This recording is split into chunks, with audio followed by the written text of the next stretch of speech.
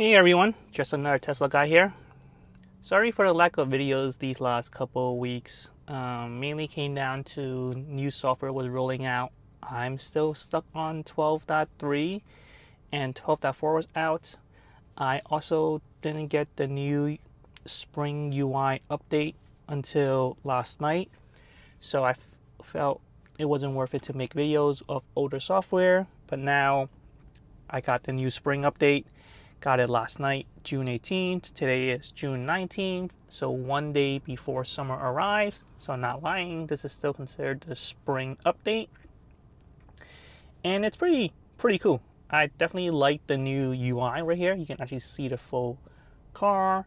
And if I roll down my windows, it's shown here. So here's me dropping down my window. And that's with it going down and it going back up. Same thing with the old one, but it's just more bigger and more visualized now. But let's dig through the settings to see. They kind of redesign the layout a little bit. There's dynamics here now. Standard steering wheel, auto shift power park, super helpful. Charging, autopilot, which again, minimal lane change for current drive. That is only the option gets reset when the car is parked at the end of drive. So I still wish it would stay on forever. Next one is a new one, expanded full self-driving visualizations. And all this really enable is when you turn on full self-driving, instead of you needing to expand the screen yourself, it expands automatically for you, and it will keep the map small in the top right corner right here. So that's pretty cool. But if you don't have that, it will just be like the old way where you have the car right here and the map right here, and you just need to manually enable it to the full screen yourself. So jumping back in, that's the autopilot. Minimal lane change. Again, I wish that would stay on. So I do use it because I do like to see the full view of the full self-driving. The only bad thing about the old way was I couldn't see the turn by turn. I couldn't see the map layout and know where I need to go. So now with the full screen here, oops, I just opened the charge port. So let me close that back. Let me close that. Close. So I do like the map being here when I use the full screen, full self-driving. So I do see an upcoming turn or whatever. Let's see what else is here. Locks is pretty much the same. Lights is the same. Display. No real changes here. Should I take that back? There is one new feature on locks, which is the hands-free trunk, which is stand behind your trunk with your phone key, unobstructed, listen for chimes, trunk will open on its own. Here's a clip of me testing the hand-free trunk on the newer Model 3. Apple says you need an iPhone 11 or newer. Here's an iPhone 12. So as long as you stand behind the trunk with your phone within the location of the trunk, using the ultra wideband, it can detect that. It's gonna beep 3 times, it's gonna open up just like this. So leaving the phone here, and it opens up. So you don't have to take out your phone. You can pretty much have your phone in your pocket and just stand right behind the trunk and it's gonna open up. But I just put the phone here to show you guys when your phone's in your pocket, that's how it would simulate a experience of the the trunk door opening. All right, that's it.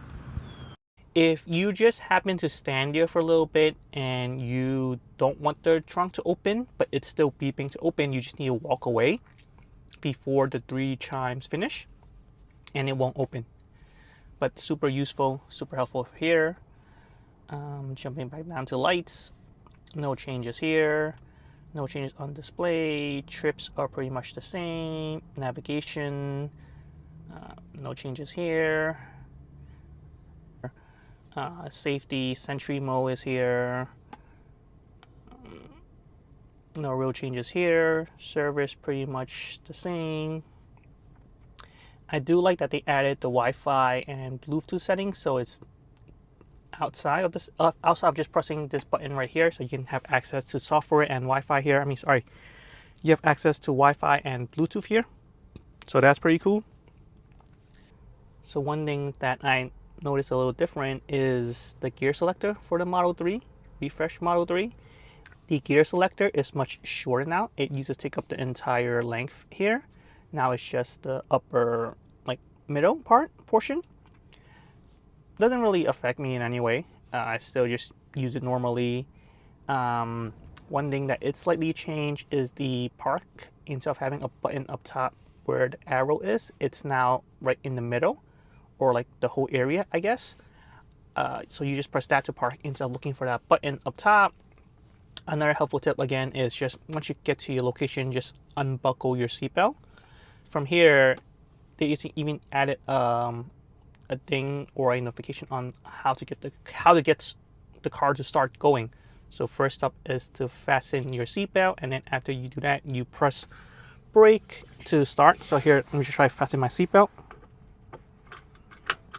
and then tap brake to activate drive. So once you press the brake, you can start driving. Pretty much, which is using the let's see, where was it? Auto shift out of park. So super helpful stuff right here. One downside I would say to this update is that you can no longer hide the media player. So during driving scenarios, this would pretty much live here the whole time to choose media or whatever music that you have. Even if you were to go back to the old way right here and drive, you can swipe this down, but it has that button right here that says choose media source, or it will showcase the music that's playing. A little bit annoying. I guess some people want to see what song is being played, but I would wish they would give you that option too, like just swipe it down and have that smaller pop-up here or something like that, so it doesn't obscure the full self-driving visualizations. Let's see what else other than that, but yeah, I like the view, seeing the full car here. And yeah, that's pretty much it for the new software update. I'm still on version 12.3.6, so the full self-driving behavior, it's pretty similar to my last couple of videos, so there really isn't a need for me to do more videos on the older software, but definitely subscribe to stay tuned to see videos of 12.4.1 or .2 whenever I get it, which is one of the big one. No more having to apply pressure to the steering wheel while driving, so I'm excited for that. Anything else that I might have missed here? I don't think so, but yeah, change up the layout a little bit, but otherwise great update. Just wish they would allow me to hide the media player during full screen.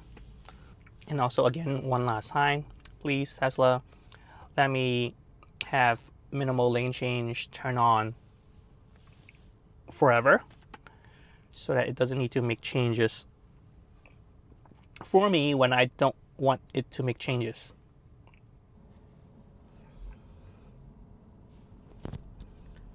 So here is just a short clip of how the visualizations will look like. So enter a nearby location, starting full self-driving. And here you can kind of see there's the map. Again, right here, you can't really close out on this. Pay attention to the road. Yes, I am. Which, like I said, I really wish they could allow you to hide this. But here's how kind of the map and the full self-driving turn on. You have it. That's kind of it. That's the full self. You can still go back to the old way. This one allows you to hide it. Choose media from phone, which is kind of annoying. I really wish they would allow you to remove the media. But that's it. Subscribe. Stay tuned for my videos on 12.4 here in New Jersey. Alright, thanks for watching this spring update. Bye for now.